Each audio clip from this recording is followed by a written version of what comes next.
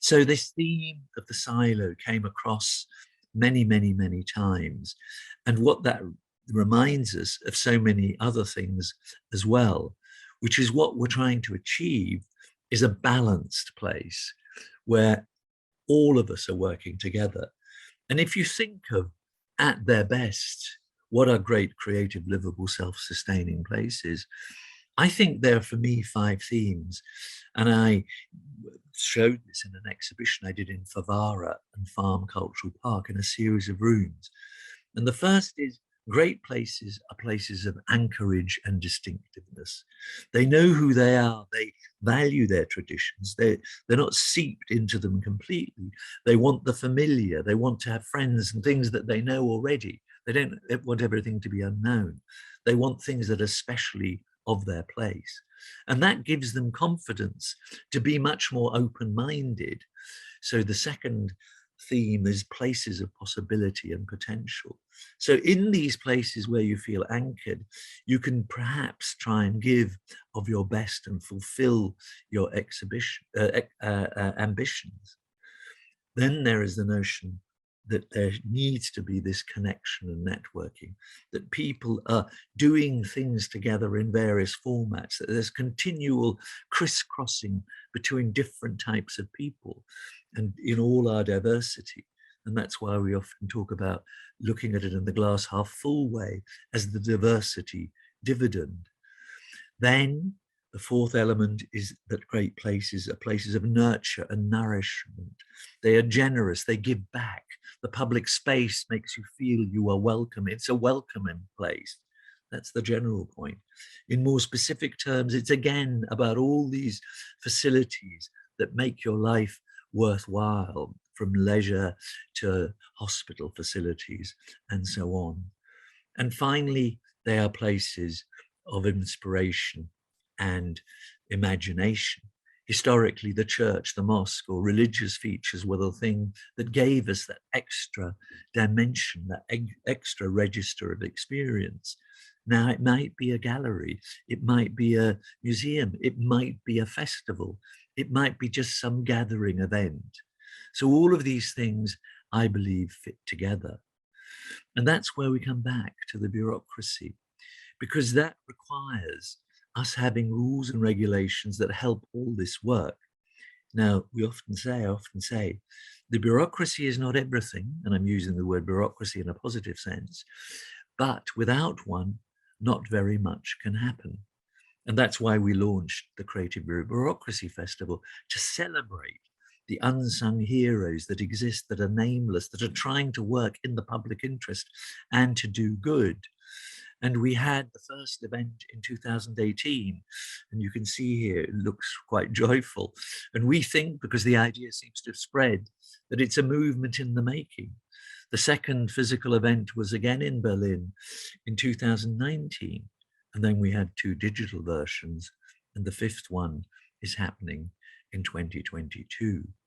And so that is one core of all of this. So these younger people, this young girl here is someone, we want to both be a creative bureaucrat, but she might not become a bureaucrat. She might be something completely different. So a few final thoughts, a sort of to-do list. Do go with the grain of your own culture. If we go with the grain of our culture, we sort of feel more willing to change, in my experience.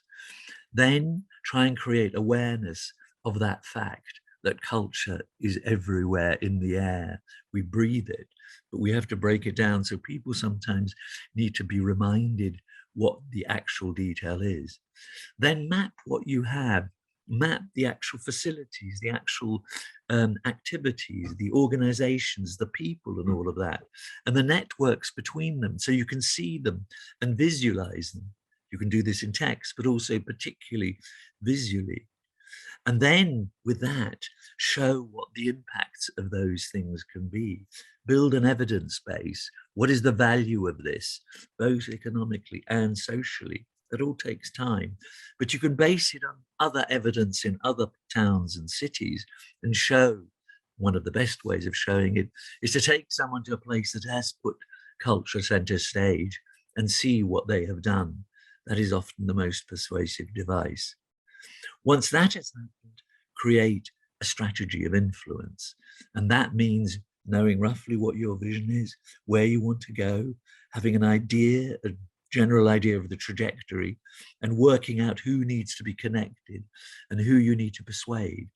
And that's why we need to bring stakeholders together, all the different types of interest groups from all different areas and parties. And within that, probably identify a project champion. And often that project champion will not be, if we're focusing on putting culture center stage, a cultural type person. Could be someone in economic development. It could be a business person. It could be an activist, and so on. And then most importantly, perhaps, develop and create projects. There may be some that are already nearly there. Make them go further. Create a project that might be called a pilot project because you're bidding for a big European Capital of Culture scheme or something. But if it's successful, that idea, that process, that interesting pioneering project might go mainstream. And most effective is, again, when you have these cross-sectorial, cross-departmental teams who are working together, because what you then generate is collective ownership of the idea. And having many people own the project is one of the vital things I believe that needs to happen, because that makes it more sustainable and resilient. And I suppose, obviously, we need to learn from others. Obviously, we do. And we look at things and say that worked. And we might sort of, in a sense, take the principles. But don't just simply copy and paste. Also say, what is the version in my town or city that could really work?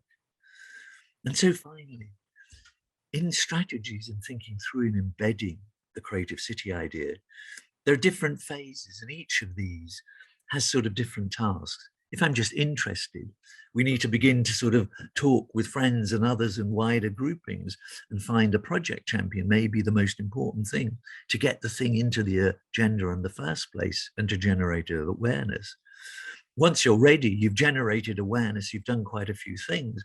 Perhaps you've already mapped potential and seen things and tried to put them together before you try to launch and do the much bigger persuasion exercise. And then when you've started, you might have started, you've got some project champions, you've got some interested people from different sectors. You're beginning to get the projects going. You know, someone might then say, oh my God, you failed. But you might say, well, we did 5 things and 3 succeeded. So you've started. And so different things come into play. You already have evidence. You're connecting to much wider audiences.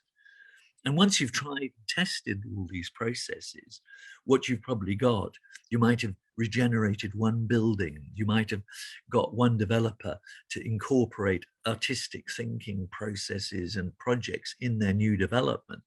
But then you might say, I've tried and tested in one place, we can do it in another. We can replicate.